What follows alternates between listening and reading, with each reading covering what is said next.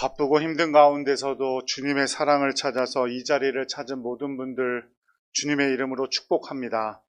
오늘의 예배를 통해서 주님의 사랑을 회복하고 믿음 가운데 굳건히 서가는 모든 성도님들 되시기를 간절히 기도드리겠습니다.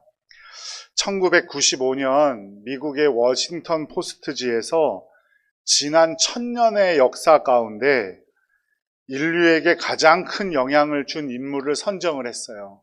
누굴 것 같으세요? 네, 1995년부터 1000년 전이니까 예수님은 그 전에고요. 누가 뽑혔냐면 징기스칸, 몽골을 통일한 뒤에 세계 정복에 나섰던 징기스칸을 뽑았어요. 당시 몽골은 어린이와 노인까지 다 합쳐도 인구가 200만 명 정도였대요. 그리고 병력은 약 10만 명.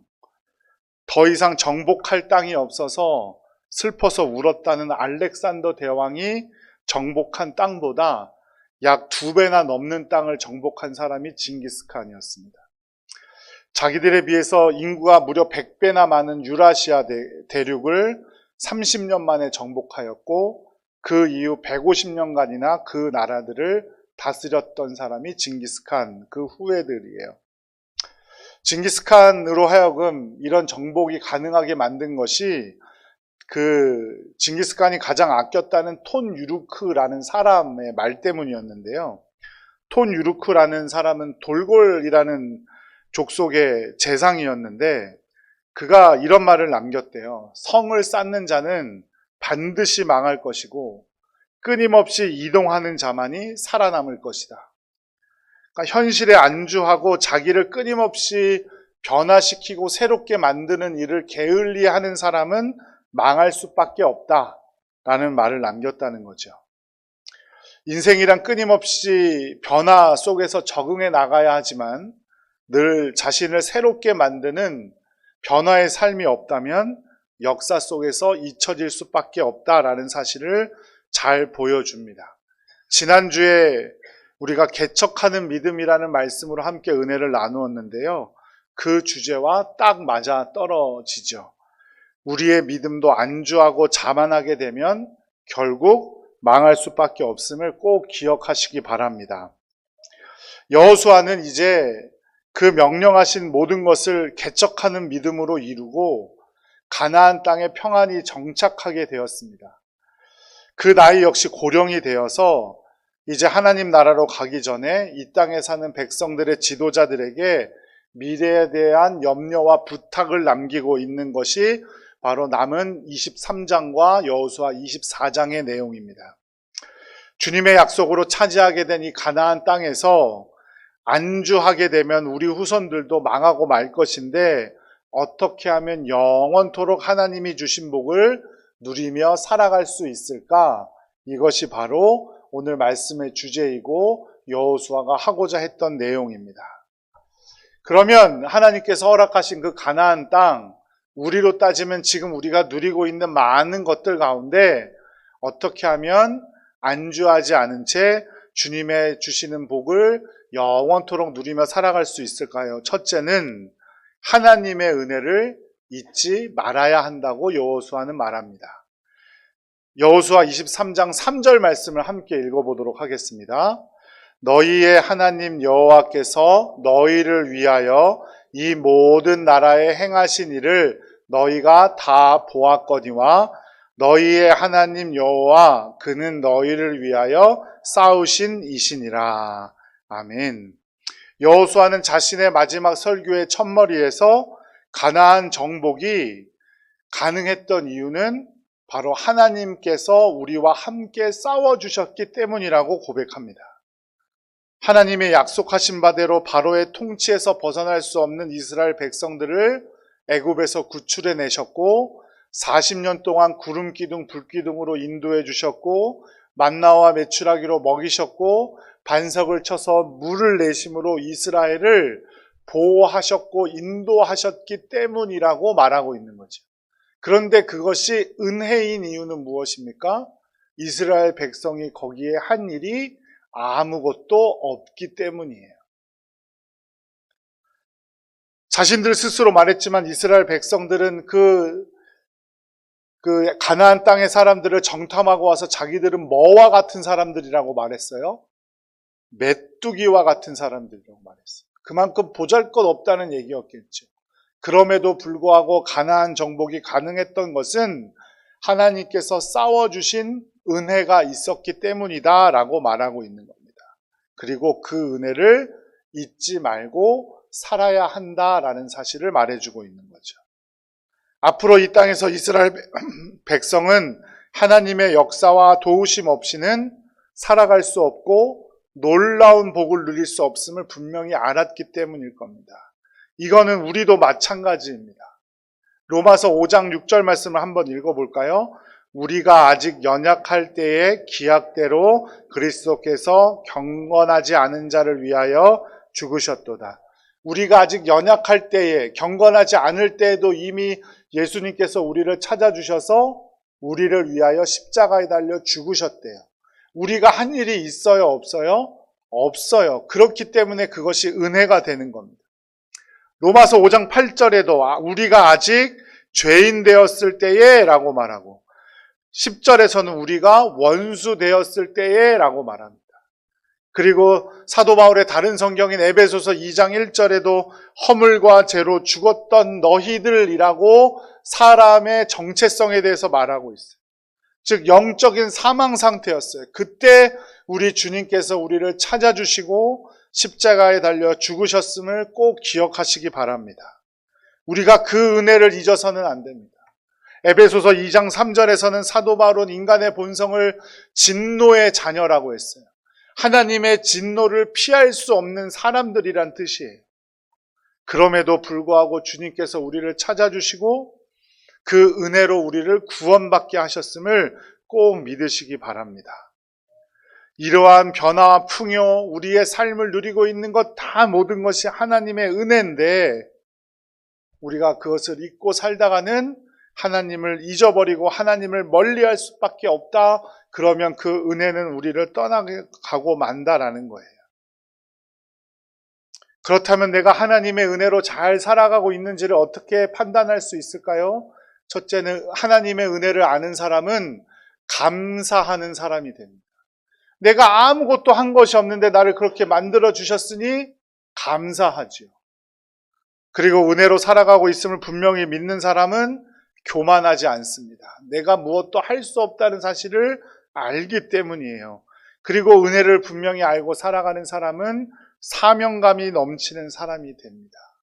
그 은혜에 보답하기 위해서죠.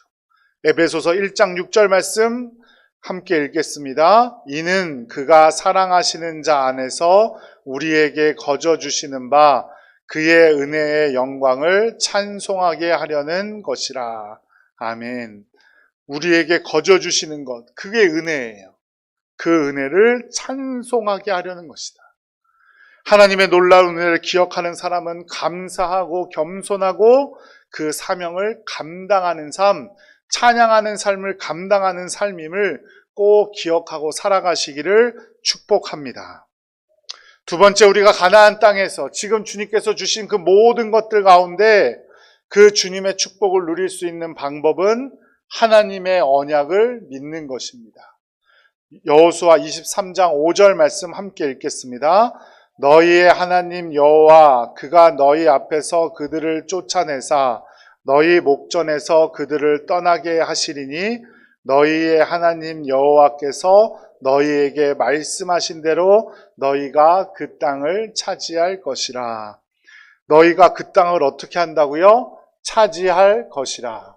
지난주에 말씀드렸듯이 지파별로 땅을 나눌 때 그 모든 땅을 정복한 상태였어요? 정복하지 못한 상태였어요? 정복하지 못한 상태였어요. 그러니 어떻게 해야 돼요? 자기 지파가 분배받은 땅 중에서 정복하지 못한 땅이 있다면 그 땅을 정복해야만 했어요. 그러니 여호수아가 이렇게 말씀하시는 겁니다. 하나님 여호와께서 너희에게 말씀하신 대로, 약속하신 대로 그 땅을 주신다고 약속하셨으니까 겁먹지 말고 그 나머지 전쟁을 잘 치루어라 이 말이죠. 너희가 그 땅을 차지할 것이라. 그리고 이스라엘 광야 생활을 할 때를 잘 생각해 보세요. 아침이면 뭐가 내려 있어요? 만나가 내려 있죠. 메추라기가 내려 있어요. 하나님 주신 것, 하나님께서 우리를 돌보신다는 약속이 잘 지켜가고 있다는 사실을 매일매일 확인했을 거예요. 눈에 보였고 매일매일 반복되었죠. 또 그들이 애굽에서 나올 때 모든 보석과 옷과 필요한 것들은 하나님의 명령에 따라 받아 나온 것이었죠. 이웃에게 가서 달라고 하면 줄 것이다. 그 말씀에 순종해서 달라고 했더니 애굽 사람들이 보석과 옷과 필요한 것들을 다 나눠줬다고요. 하나님의 은혜라는 것, 하나님의 약속 때문이었다는 것 의심할 여지가 없었을 겁니다. 그러나 이스라엘 백성이 가나안 땅에 들어가면서 뭐가 그쳤습니까? 만나, 메추라기가 그쳤어요. 자신들의 농사를 짓고 노력해서 먹고 살아야 했습니다. 전쟁을 치러야 전리품을 거둘 수 있었기 때문에 땅의 보석들과 옷들 빼앗을 수 있는 것들 전쟁을 치러야만 했습니다. 그렇기 때문에 이들은 어떤 유혹에 빠졌을까요? 자기들의 노력과 수고 때문에 모든 것이 이루어졌다고 내가 누리는 것이라고 착각하며 살아갔을 겁니다. 결국 하나님을 잊어버리게 되었을 것이고 그들은 우상 숭배를 하는 백성들이 되었습니다. 이것은 여호수아뿐만 아니라 앞세대 지도자였던 모세도 언급했던 내용이에요. 8장 18절 말씀, 신명기 8장 18절 말씀 함께 읽겠습니다. 내 하나님 여호와를 기억하라. 그가 내게 재물 얻을 능력을 주셨음이라. 이같이 하심은 내 조상들에게 맹세하신 언약을 오늘과 같이 이루려 하심이니라. 이루어 주신다. 언약을 이루어 주신다. 재물 얻을 능력을 통해서. 그러나 그것을 잊고 살면 어떻게 된다?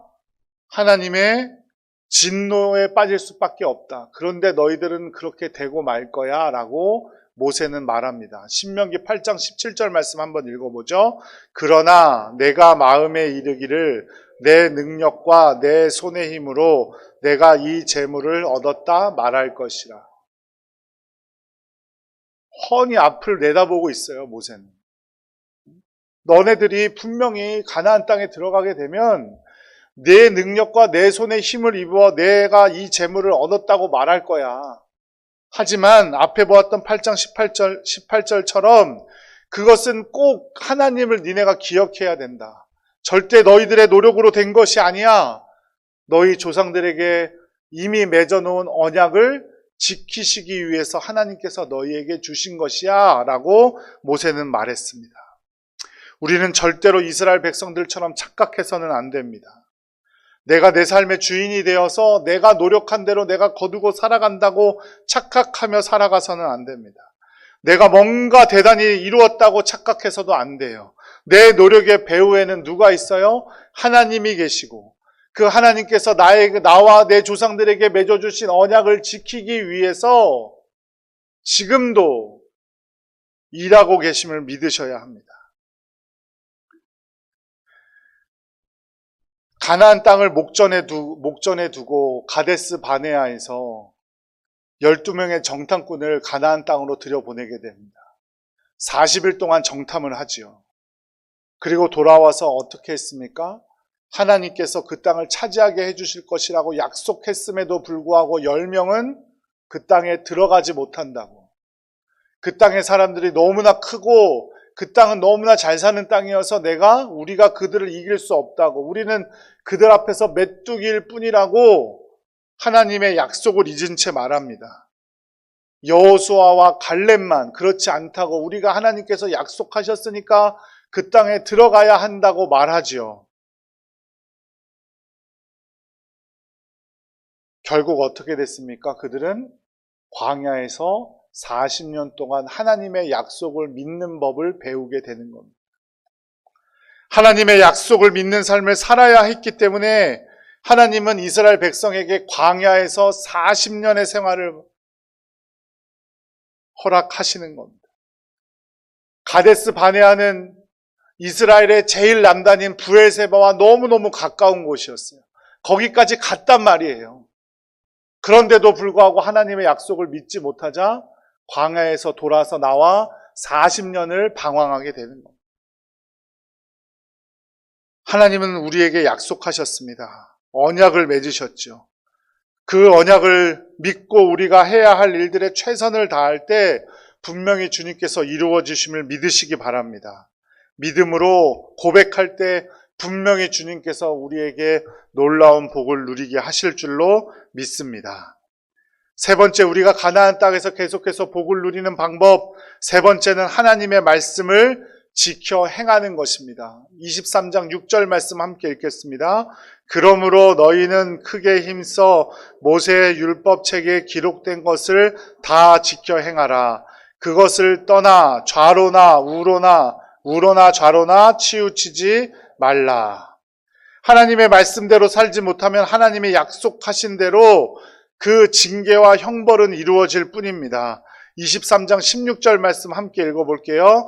만일 너희가 너희의 하나님 여호와께서 너희에게 명령하신 언약을 범하고 가서 다른 신들을 섬겨 그들에게 절하면 여호와의 진노가 너희에게 미치리니 너희에게 주신 아름다운 땅에서 너희가 속히 멸망하리라 하니라. 아멘. 유명한 신학자이면서 설교가인 데오도르 F 박사는 이스라엘 백성이 하나님을 떠날 때마다 잃었던 것 세 가지가 있다고 말했어요. 그것은 하나님의 능력이고 하나님의 위로고 하나님의 자녀됨이다 라고 말했습니다. 하나님의 말씀에 순종하지 못했을 때 능력을 빼앗긴 대표적인 인물이 누구입니까? 우리가 너무나 잘 알고 있는 삼손입니다. 삼손. 또 예수님은 포도나무고 우리가 가지라고 하셨는데 가지가 포도나무에 붙어 있으려면 어떻게 해야 됩니까? 하나님의 말씀에 순종해야 됩니다. 그래야 열매를 맺을 수가 있어요. 그런데 순종하지 못하면 가지는 나무에서 떨어지게 되고 그러면 열매를 맺지 못하게 됩니다. 인생이 얼마나 지치고 힘듭니까? 얼마나 어려운 일이 많습니까? 그 가운데 우리에게 한 줄기 빛같이 사막의 오아시스 같은 것이 무엇입니까? 하나님의 위로입니다. 다시 일어설 수 있게 만들고 소망 가운데 살아갈 수 있는 힘이 되는 것이 하나님의 위로인데 그 하나님의 위로를 잃어버린다고 생각해 보세요. 그리고 마지막으로 우리가 하나님의 자녀됨을 잃게 되면 어떻게 되겠습니까? 받을 유산을 잃어버리게 되는 겁니다. 탕자가 아버지의 집을 떠나서 자기 마음대로 살았을 때 어떻게 되었는지 우리는 너무나 잘 알고 있습니다. 내가 누리고 살았던 모든 것이 하나님의 자녀이기 때문에 주어진 것이지 내 능력으로 거둔 것이 아니란 사실을 안다면 우리는 하나님께 순종해야 할 것입니다. 이것들이 이스라엘 백성들에게만 해당하는 것이 아니라 우리가 받은 축복이자 지속적인 복임을 꼭 고백하는 여러분들 되시기를 간절히 바랍니다. 그러면 하나님의 은혜를 기억하고 살고 하나님의 언약을 믿으며 살고 하나님의 말씀에 순종하며 살아갈 때 우리는 어떤 복을 누린다고 합니까? 여호수아 23장 8절 말씀에 말합니다. 함께 읽겠습니다. 오직 너희의 하나님 여호와께 가까이 하기를 오늘까지 행한 것 같이 하라. 가까이 하게 해주신대요. 하나님과 가까이 한대요. 하나님과 가까이 하는 것이 무슨 복입니까? 하실 수 있지만 말씀을 잘 해석해 보면 가까이 한다는 말은 착 달라붙다, 꽉 붙잡다 이런 뜻의 히브리어입니다. 하나님께서 남자와 여자를 창조하셨을 때 뭐라고 하셨습니까? 남자가 그 부모를 떠나 그의 아내와 합하여 둘이 한 몸을 이룰지어다 라고 말씀하셨는데 여기서 합하여가 바로 그 가까이 하다와 같은 단어입니다. 모세의 설교문인 신명기에서 이 가까이 하다라는 단어는 하나님을 의지할 수 있다라는 뜻으로 해석되었습니다. 룻이 시어머니 나오미와 다시 유대 땅 베들레헴으로 돌아올 때 나오미가 친정으로 자꾸 돌려보내려고 하죠. 그때 룻의 동서였던 오르바는 돌아가고 룻은 어떻게 했대요? 그를 붙쫓았다 이렇게 기록하죠. 그 붙쫓았다가 이 가까이 하다라는 단어입니다. 무엇보다 이 가까이 하다라는 단어가 결정적으로 쓰인 곳은 요셉의 이야기입니다. 창세기 39장 23절 말씀 하반절만 한번 읽어보죠. 시작. 이는 여호와께서 요셉과 함께 하심이라. 여호와께서 그를 범사에 형통하게 하셨더라. 여호와께서 요셉과 함께 하심이라가 바로 가까이 하다입니다. 같은 단어예요. 그러니까 하나님과 가까이 했더니 어떤 일이 벌어졌대요? 범사에 어떻게 됐다고요? 형통했대요. 하나님을 가까이 하는 믿음이란 하나님 아버지께서 우리의 삶을 형통케 해주시는 믿음이라 이 말입니다. 사랑하는 여러분, 형통하길 원하십니까? 그렇다면 하나님과 가까이 해야 되는데 하나님과 가까이 하기 위해선 하나님의 은혜를 기억하며 살아가야 하고 하나님의 언약을 믿으며 살아가야 하고 하나님의 말씀에 순종하며 살아가야 함을 꼭 기억하시기 바랍니다. 그래야 하나님과 가까이 할 수 있고 그 하나님과 가까이 함이 범사의 형통함임을 꼭 기억하시기 바랍니다.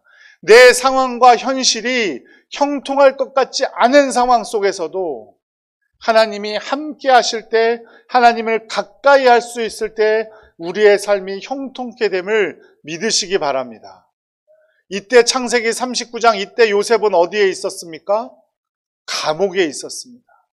그럼에도 불구하고 하나님과 가까이 했을 때 그의 삶을 형통케 만들어 주셨음을 꼭 기억하시기 바랍니다.